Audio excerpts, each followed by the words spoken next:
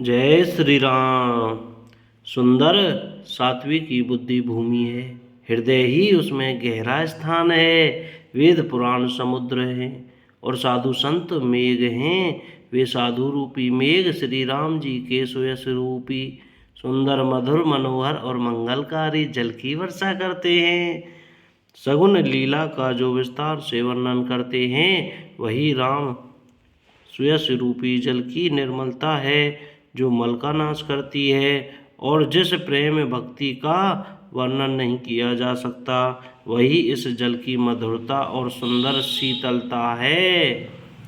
वह राम सुयश रूपी जल सत्कर्म रूपी धान के लिए हितकर है और श्री राम जी के भक्तों का तो जीवन ही है। वह पवित्र जल बुद्धि रूपी पृथ्वी पर गिरा और सिमटकर सुहावने कान रूपी मार्ग से चला और मानस हृदय रूपी श्रेष्ठ स्थान में भरकर वही स्थिर हो गया। वही पुराना होकर सुंदर रुचिकर शीतल और सुखदायी हो गया। इस कथा में बुद्धि से विचार कर जो चार अत्यंत सुंदर और उत्तम संवाद भुसुंडी जी, गरुड़, शिव पार्वती, याज्ञवल्क्य, भरद्वाज और तुलसीदास और संत रचे हैं, वही इस पवित्र और सुंदर सरोवर के चार मनोहर घाट हैं। 7 कांड ही इस मानस सरोवर की सुंदर 7 सीढ़ियां हैं, जिनके ज्ञान रूपी नेत्रों से देखते ही मन प्रसन्न हो जाता है। श्री रघुनाथ जी की निर्गुण प्राकृतिक गुणों से अतीत और निर्बाध एक रस महिमा का जो वर्णन किया जाएगा, वही इस सुंदर जल की अथाह गहराई है। श्री रामचंद्र जी और सीता जी का यश अमृत के समान जल है। इसमें जो उपमाएं दी गई हैं वही तरंगों का मनोहर विलास है। सुंदर चौपाइयाँ ही इसमें घनी फैली हुई पुरैन कमलनी हैं और कविता की युक्तियाँ सुंदर मणि मोती उत्पन्न करने वाली सुहावनी सीपियाँ हैं। बोलो जय सिया राम। जो सुंदर छंद सोरठे और दोहे हैं वही इसमें बहुरंगे कमलों के समूह सुशोभित हैं। अनुपम अर्थ, ऊंचे भाव और सुंदर भाषा ही पराग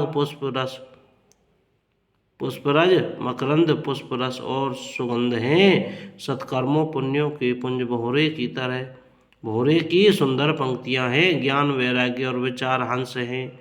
कविता की ध्वनि वक्रोति गुण और जाति ही अनेकों प्रकार की मनोहर मछलियां हैं।